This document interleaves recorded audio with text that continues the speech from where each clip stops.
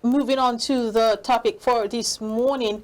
In very quick successions, the Court of Appeal at different times in a space of 4 days sacked 3 sitting governors over inadequacies in the mode of their election during the March 18th governorship election in Nigeria. The recent sacking of Plateau State Governor has ignited a confrontation between the All Progressives Congress and the People's Democratic Party, leading to legal battles and electoral fallout. Plateau State Governor Caleb Mutfwang of the People's Democratic Party was the third as the appellate court sitting in Abuja removed from office, even as he intends appealing the judgment at the Supreme Court. In his place, the court pronounced Nentawe Goshwe of the All Progressives Congress as winner and ordered that he be issued a certificate of return on Thursday. The appellate had sacked Zamfara State Governor Dauda Lawal of the PDP on account of inconclusive poll in some local government areas. The APC candidate and current Minister of State for Defense, Bello Matawale, had challenged the tribunal's decision, which ruled his petition was as lacking in merit. Similarly, the court upheld the decision of the Election Petition Tribunal, which sacked the Kano State Governor, Abba Kabir Yusuf of the New Nigeria People's Party over party membership, among others. And in his place, the court ordered that Nasiru Gawuna of the APC be issued a certificate of return. To further have this conversation with us this morning is Dr. Dayo Kayode. He's a political technocrat. Thank you for joining us, Dr. Kayode. Thank you. Good morning. Yes, it's my pleasure joining you this morning on this very important topic. It's affecting our nationhood. All right, let's start this way. Let us start by getting your reaction to this, trend that has gone on for a while now. Talking about the Zamfara State situation and most recently in Plateau State, the appeal court upturning people's elections and, installing new governors in these states. How do you react to this development? Yes, you see, because of our time, I will not really go into the very details because virtually everybody have been following the various judgments, the various contradictory judgments that we have been witnessing in our nation, which is also turning our concern upside down and then adding some negativities to our jurisprudence. However, let me quickly put it this way, in a simple way. You see, the discomforting state of our judiciary,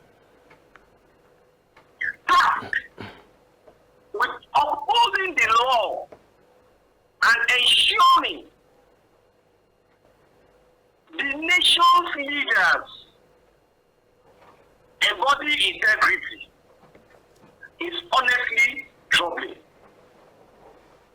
Listen, the presence of individuals like Justice Ian Okoro, according to Sahara Reporters of October 8, 2016, that have been implicated in bribery scandals on the bench of the highest court between you and me, raises questions about the moral compass guiding our nation.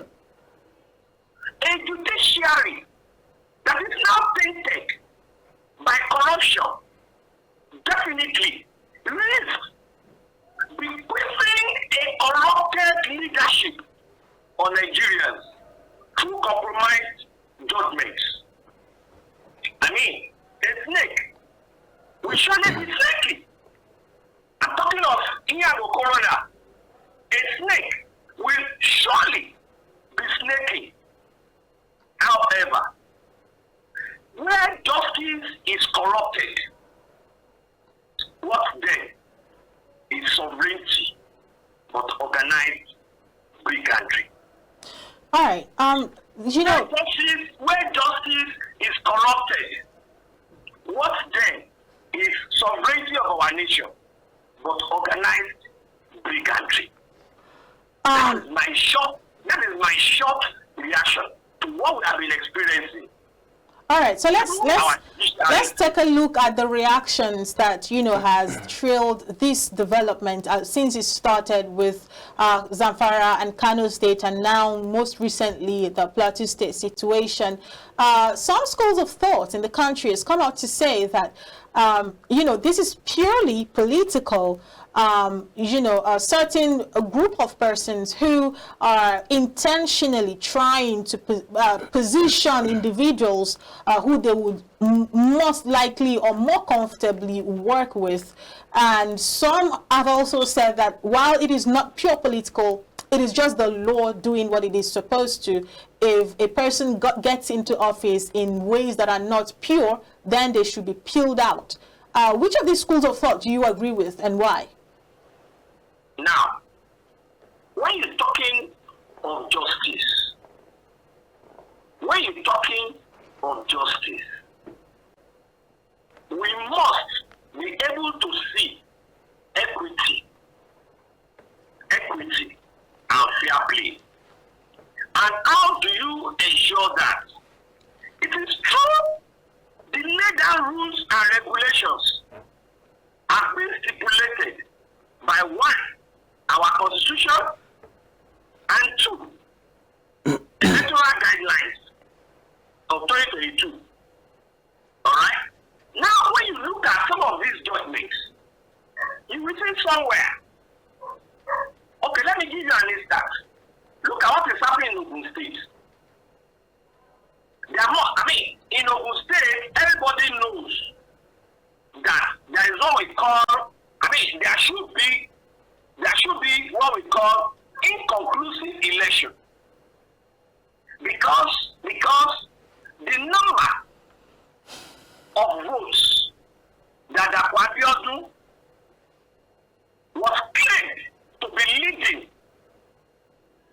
Adebutu with is far less those areas that elections have not been conducted. Those areas, those local, I think about 3 local governments or so, that elections are not being conducted. But what do we see? What are we hearing there? Now compare that one now to, is it not Zamfara? That elections have been conducted. And they now said there are three areas whereby those elections were cancelled. And then there should now be a rerun. Are you following me? Yeah. Now that is one. Two, look at that of Lagos State. 2 issues. One, that GRV, Badebo, was not properly sponsored by a party. Because at the time that he had been given that ticket, there was proof that he still went to Wadata House to go and attend an interview of becoming the deputy governorship candidate of PDP. All right? Compare it to what happened in Kaduna as regards party sponsorship of a candidate. The second aspect of that of Lagos State again is in the area of now going according to the regulations of conducting primaries. Primaries for governorship is supposed to be conducted by the NEC, the national officers of the party. But what did we have in APC Lagos? It was even said at the court